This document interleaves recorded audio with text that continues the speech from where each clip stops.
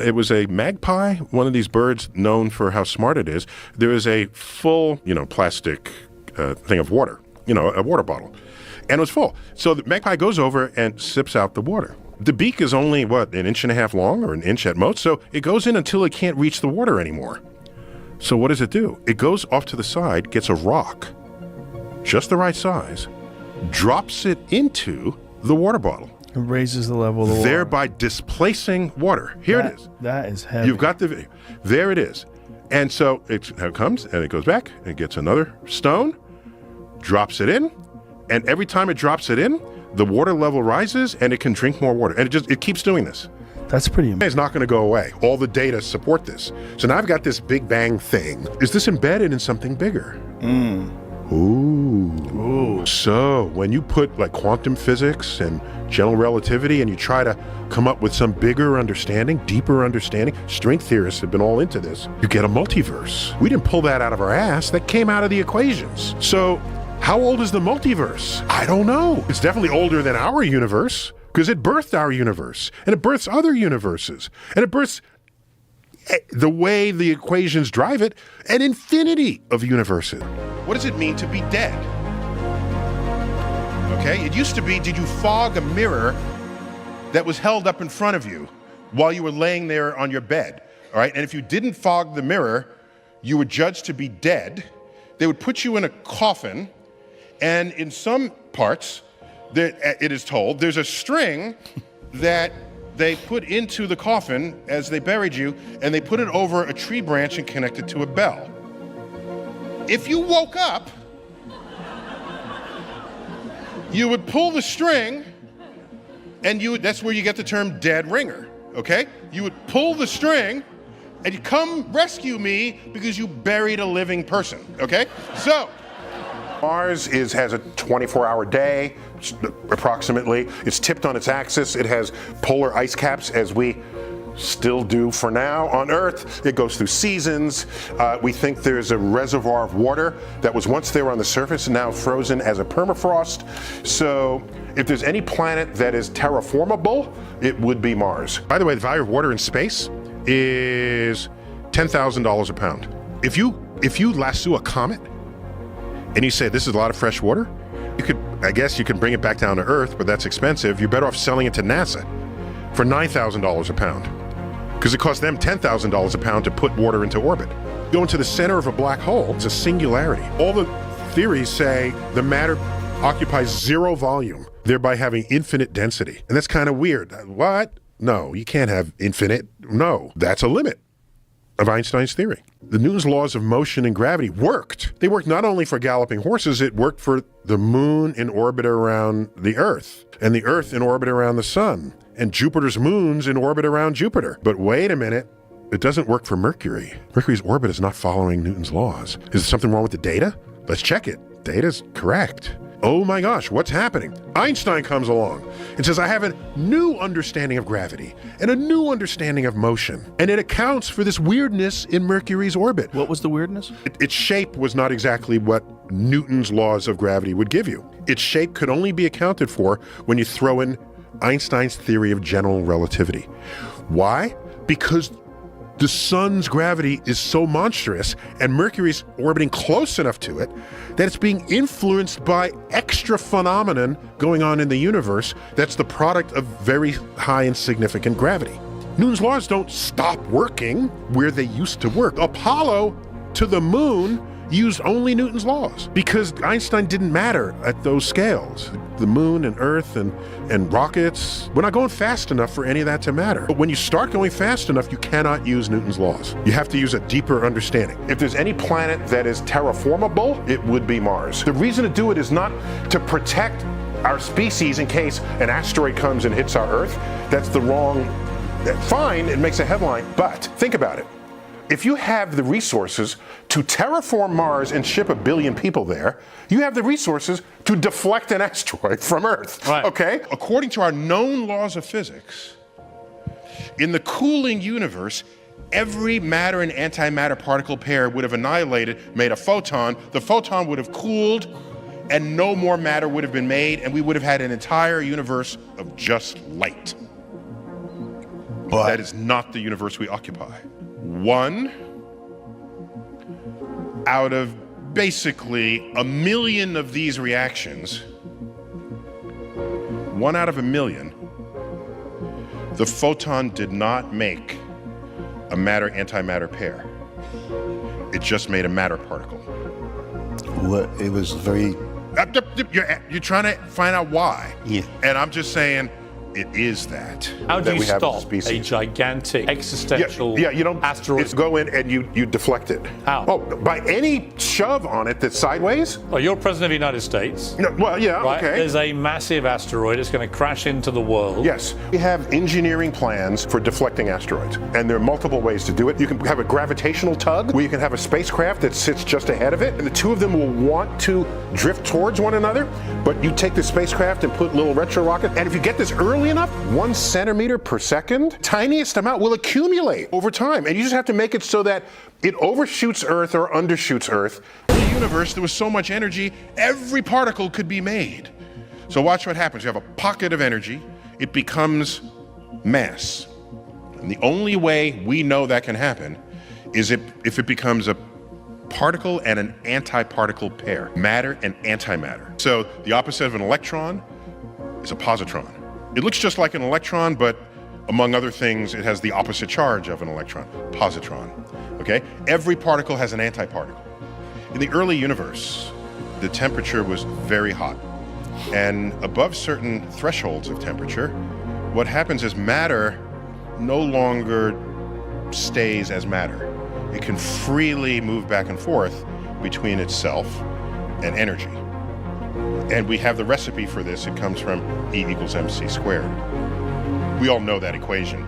It's the formal conversion recipe for matter and energy. And the c squared is the speed of light squared. It's a huge number. A little bit of mass times that huge number gives you a lot of energy. We don't experience in our lives E equals mc squared because the energy in which we're immersed is not high enough to enable matter to go back and forth between energy and itself. That's why it took so long to discover E equals mc squared and to come to terms and to come to understand it. If you take matter and antimatter and put them together, they annihilate and become pure energy, and the matter disappears entirely. You take the particles, matter, antimatter, identical particles except that they're matter, antimatter, bring them together, they disappear. And that matter becomes energy, and all that's left is energy. Right in that pocket, right there. Newton comes along, writes down equations of motion, equations of gravity, and kind of on a dare, he invents integral and differential calculus. Then he turned 26. This is why Isaac Newton is my man. The red spot on Jupiter, we call it Jupiter's red spot. okay. Because that's how we roll. That thing is Spots on the sun, sunspots. See? Forgive me for not remembering the name of this person who uttered this, but upon realizing with the power of a bow and arrow, you could kill another human being without actually looking them in the eyes. And the conclusion was, that's the end of bravery. And so I thought about this, whoa. Any tool where you can kill at a distance, that's cowardly on some level. And the progress of military conflict has been, how far away can you kill at a distance? Well, you know, No one's talking Isn't about it suspicious to you that a storm there could go on for 350 years without a break, and we never have storms that go on for 350 years without a break? We don't even have storms that go on for like 6 weeks without a break. So, first of all, these storms are, when we have storms, it's in our atmosphere. So that's gas. Yeah. We rotate once a day. And so that rotation creates what we call a Coriolis force, which moving air that moves from one latitude to another, actually has its direction deflected because of this Coriolis force. And this is why storms rotate in one direction, counterclockwise in the northern hemisphere and clockwise in the southern hemisphere. The Coriolis force is heightened if you spin faster. Okay? And so what is Jupiter? It's 100 times bigger than Earth. more than that, 1,000 times bigger than Earth. It's like 10, it's 10 times across the cube. So it's 1,000 times bigger than Earth. It's mostly gas. And it rotates once in about 10 hours. You want to talk about ferocious Coriolis forces? We have storms that last weeks here.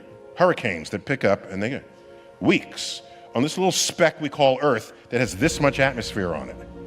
Go to a planet that rotates twice as fast, is 10 times as wide, 1,000 times the volume, and is mostly gas, and you're complaining that it lasted 300 years? You are really good. NASA's budget today is 0.4% of the federal budget.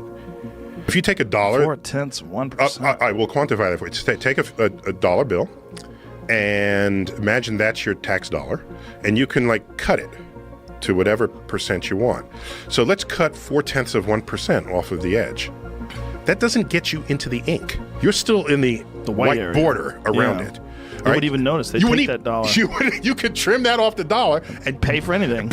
I was channel surfing one day, waiting for a movie to come on at the top of the hour. I had 15 minutes. I hit a football game, and they just ended the game at a tie, and they just started overtime. I said, that's about right. Let me just watch this. How bad could it be? After the necessary exchange of possession, it became sudden death overtime.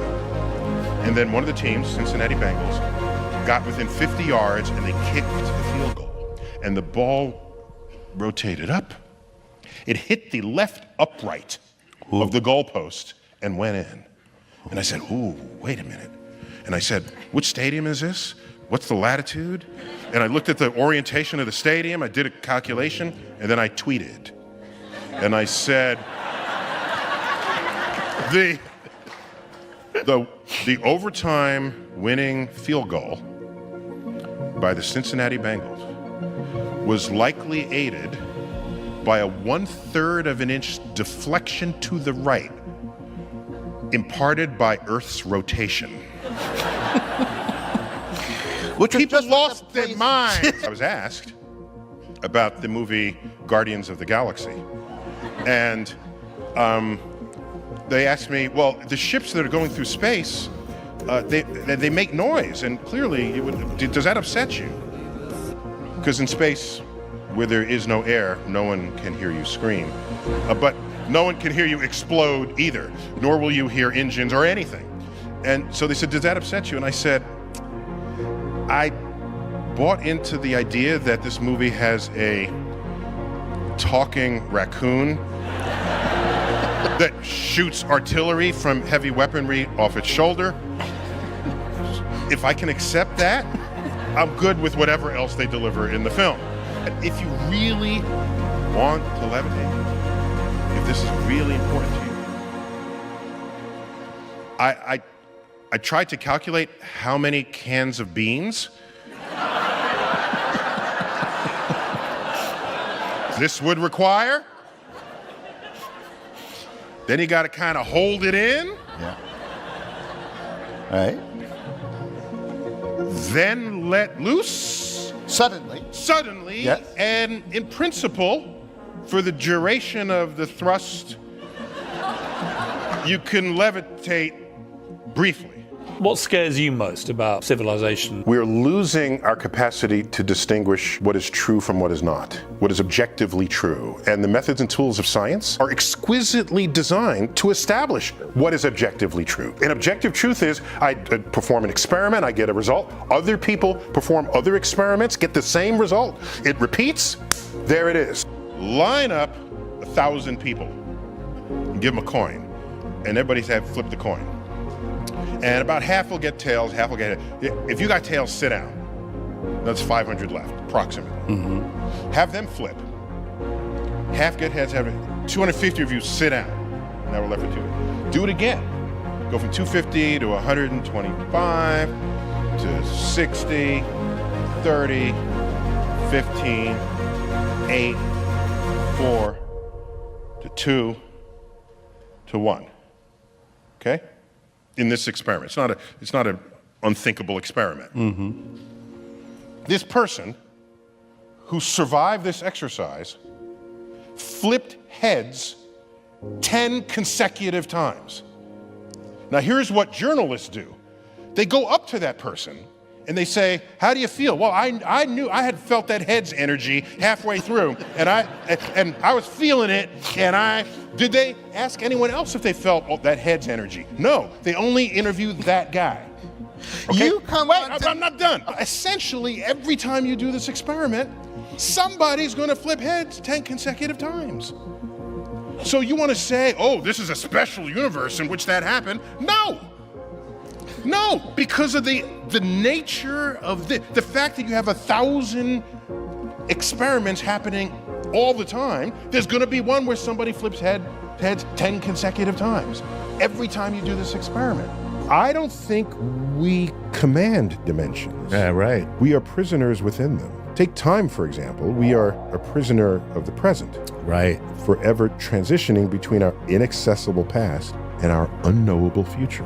We don't wield this dimension, we live it. What is your favorite fact about the universe? I am astonished every day I wake up that the universe is knowable. Even on the small scales that the nuts that we've cracked for it, that it's knowable at all. We can rise to consciousness and pose questions about our origin. It's been suggested that we are a way for the universe to know itself. Roses are red, violets are violet. Right?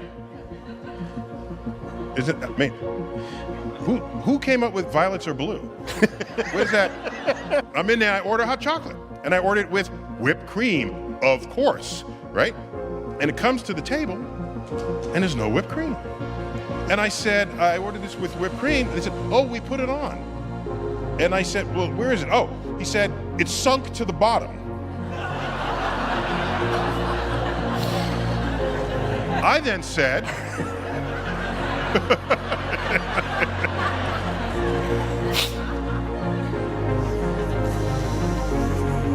either the laws of physics that apply everywhere in the universe are suspended in your coffee shop, or you didn't put whipped cream on my hot cocoa. And he looked indignant. Really? Now, to his credit, rather than continue to argue with me, he intended to prove me wrong. Whoa. So he went into the kitchen, brought out the whipped cream, scooped it up, popped it in my hot cocoa, and it bobbed once and floated atop. And there it was.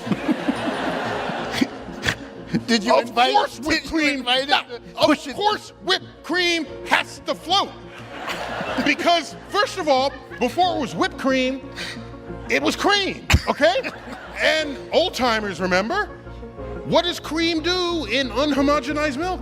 It floats to the top, and you skim off the cream, leaving behind skim milk, okay?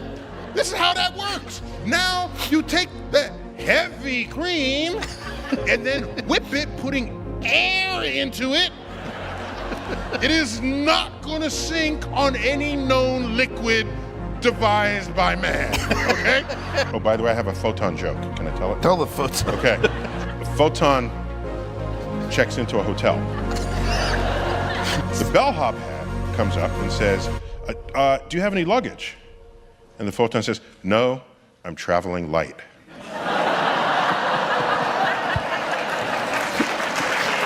Ever see the schoolroom globes, the geographic globes? And you rub your finger over Nepal and you get the Himalayas. Topographical. Yeah, and you get the Rockies. And you say, oh, that is a gross exaggeration of reality. Yes. Do you realize if you took Earth with all of its mountains, valleys, and hills and shrunk it down to the size of a cue ball, it would be smoother than any cue ball ever machined. Think about it. What? Think about this. Joe. Really? Joe, Everest? Joe, chill. It's called the Planetary Protection Program in NASA. It's a whole division of NASA. It's protecting Earth from bugs that could be coming from space on our own spaceship that we bring back. And it protects destinations from us. There's a certain sterilization levels that we invoke.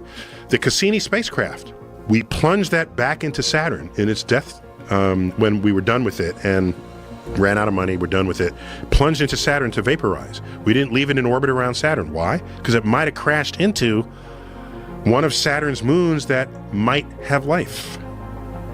And if someone had sneezed on the spacecraft before it got launched, we don't want to contaminate the life that we are later going to one day want to study. What? New Year's is celebrated in 24 time zones, not all at the same time. Right. So it's interesting, everyone thinks of that as a moment. Yet it's really a calendar event. Sorry, it's a clock hours. event. It's celebrated over 24 hours. Yeah, if you're in Thailand, it's 14 hours difference. So therefore, if you were to do it astrophysically, you would know the exact moment where we returned in our orbit, and everybody would celebrate that instant. And that would be, so then the whole world would celebrate the new year at the same time. It means you value it differently. It's not a midnight celebration. Let's count 365 days. When we do that, we are not at the same place we were when we last celebrated New Year's Eve. But we celebrate New Year's anyway. Well, when will we be in the same place? A quarter of a day later. 6 hours. So we would celebrate the next New Year at 6 a.m. Nobody's willing to do that. No one's willing. And the next New Year at noon, then the next New Year at 6 p.m. Whoa. And then the next New Year kind of aligns back again. Well, that's the leap day. That's the 4th year we have put in a leap day. Oh. If you're playing basketball and you're shooting, okay, and you say, oh, that didn't go in. Oh my gosh, well, you know, the rim, they should maybe make the rim a little bigger. I could score more often. Do you realize 2 basketballs can fit exactly side by side through the opening of a basketball hoop? It's how these guys can fly from the foul line in an airborne slam dunk and not miss. Because the area of this opening is 4 times, you do the math, it's 4 times as large as the ball itself. Yes, there were diseases that Columbus brought to North America, much written about that. Less written is that he brought syphilis back to Europe. First cases of syphilis of 1492. Whoa.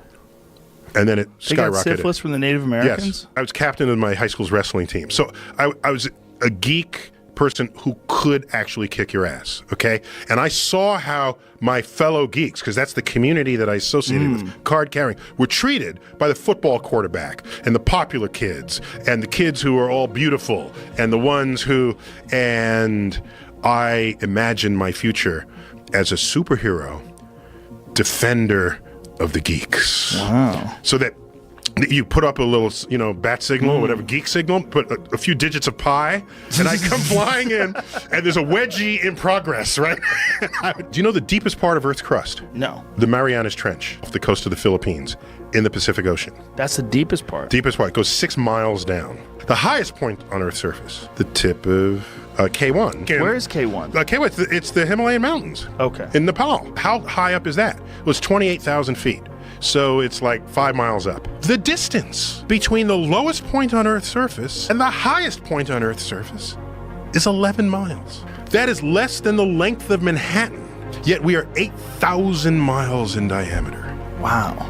I want that territory, not this other one. In fact, I want it all. That kind of attitude breeds violence. It breeds war, intragalactic war.